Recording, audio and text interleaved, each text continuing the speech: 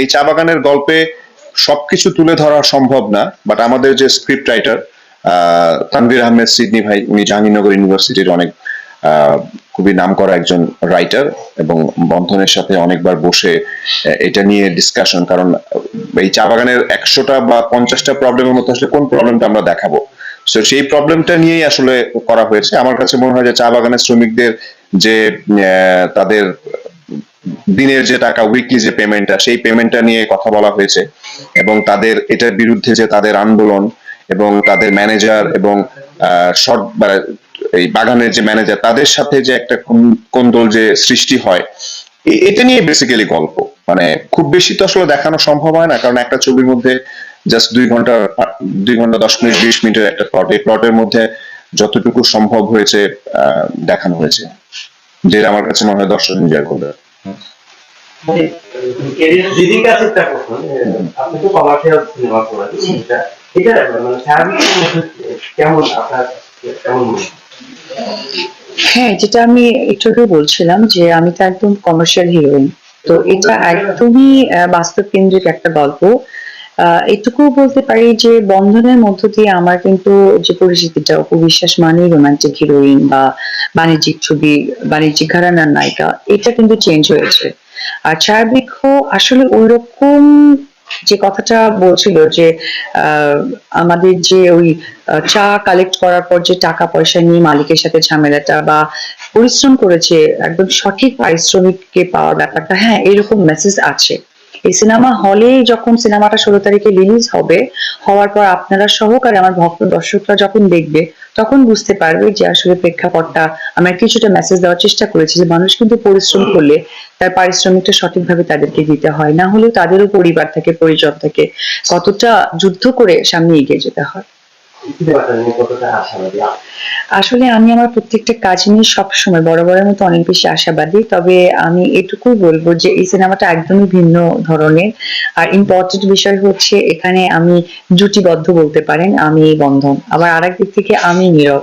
তো আমাদের এই জুটিকে যারা সাপোর্ট করবে তারা অবশ্যই সাধুবাদ জানাবে, এবং এর মধ্য দিয়ে যেন আমার নীরবের ইনশাআল্লাহ আগামীতে আরো অনেক কাজ হয়, সেটাই আমি আশা করব।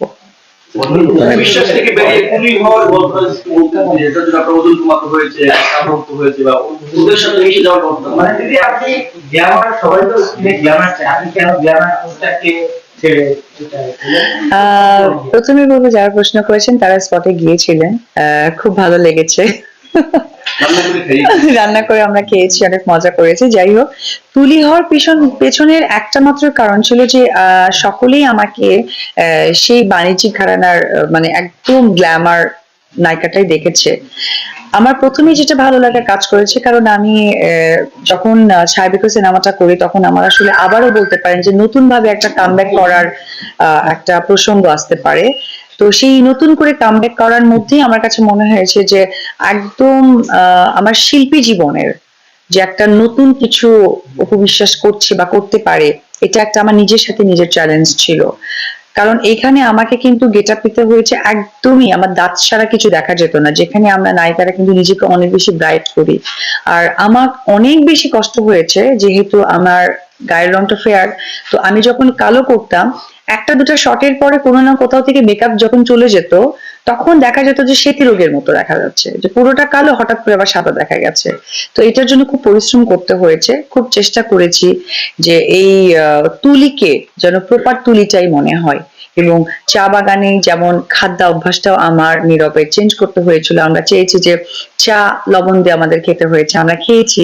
এটার যথেষ্ট ব্যাখ্যা ছিল যে চা বাগানে গাছের গোড়ায় কিন্তু সাপ থাকে অনেক বেশি, তো ওই জায়গা থেকে সাপের বাইট থেকে বাঁচার জন্য ওইখানকার মানুষরা কিন্তু চাতে লবণ দিয়ে খেতেন।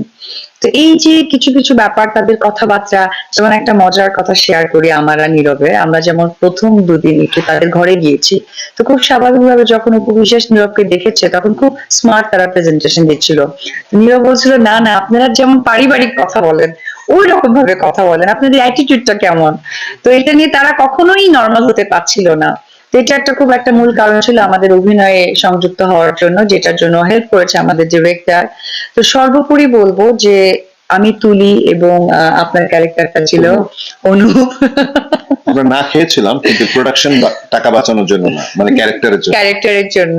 তো সবকিছু মিলে না একটা যেহেতু নীরবেরও আমি বলতে পারি যে নীরবও একদম বাণিজ্যিক ঘরানার একজন হিরো, তাকেও কিন্তু সেই মাটির সাথে মিশে যেতে হয়েছে। তো সর্বোপরি আমাদের, এবং এখানে নশাবা আছে, ওখানে দিদি আছে, তো আমরা সবাই কিন্তু না মানে সুন্দর চেহারাকে বাইরে বের করে একদম ছায়াবিক্রর যে আমাদের প্রেক্ষাপট, সেটাকে কিন্তু আমরা সামনে এনেছি। না, বেসিক্যালি এটার সাথে আরেকটা জিনিস ইনক্লুড করি আমি, কারণ আমরা দেখি যে বিগত 2, 4, 5 বছর ধরে অনেক বেশি কন্টেন্ট বেসড বা অনেক বেশি প্লট বেসড কাজ হচ্ছে। সেই জায়গা থেকে আমরা দেখেছি যে শুধু আমাদের দেশে না, পৃথিবীর সব জায়গাতেই কিন্তু ডিফারেন্ট লুক, ডিফারেন্ট গল্প, ডিফারেন্ট কনসেপ্ট সবকিছু নিয়ে কিন্তু কাজ হচ্ছে। সো আমার কাছে মনে হয় যে ওই কারণেই আমরা এই যে গ্ল্যামার ছেড়ে একদম চা বাগানের একটা শ্রমিক, সেই শ্রমিকের লুকটা নিয়ে, কারণ আগে একটা কিন্তু রিস্ক ফ্যাক্টর কাজ করতো যে একটা যে হিরোটাকে হিরো হিসেবে দেখে ওকে আসলে অডিয়েন্স হিরো হিসেবেই দেখতে চায়, বাট সেটা না। আমরা এখন পুরো বিশ্বের সাথে যে কাজগুলো হচ্ছে ডিফারেন্ট, আমরা অবশ্যই যেমন পুষ্পার কথা বলবো, তারপরে আমরা মাঝখানে আমরা রণবীর সিং এর আমরা অ্যানিমেল দেখেছি, যে এই যে ছবিগুলো হচ্ছে এগুলো সব কিন্তু আমরা দেখছি যে কন্টেন্ট বেসড এবং একটা লুক বা একটা চরিত্র নির্ভর বা একটা লুক নির্ভর একটা কাজ হচ্ছে। সো এইগুলো আসলে আমরা আমাদের জায়গা থেকে আমাদের যতটুকু বাজেট আছে, আমাদের যতটুকু আমাদের দেশের মার্কেট আছে, সেটা চিন্তা করেই কিন্তু আমরা আসলে ডিফারেন্ট কাজ করছি। সেই হিসেবে সেই ক্ষেত্রে ছায়াবৃক্ষটাও একটা একটা ভালো একটা এক্সপেরিমেন্ট বন্ধন বিশ্বাসের, এবং সেটার সাথে আমরা আছি, আমি অপু বিশ্বাস, নওশাদ বা সুমিত বা যারাই আছে, আমরা অনেক ডিফারেন্ট করে চেয়েছি কাজটা দর্শককে দিতে এবং ডিফারেন্ট ভাবে উপস্থাপিত হতে।